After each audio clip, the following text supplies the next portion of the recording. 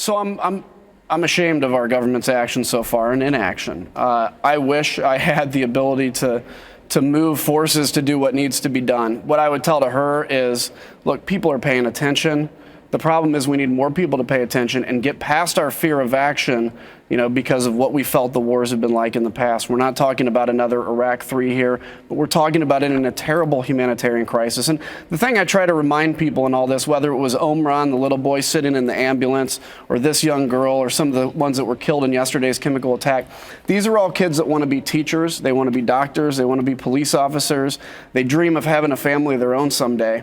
And an evil dictator named Bashar al-Assad decides that it is to his political advantage to put chemical weapons in their face and choke them to death. That's what's happening. And until the Western world stands up, until Republican or Democratic administration stands up, this is not a partisan issue. This is going to continue.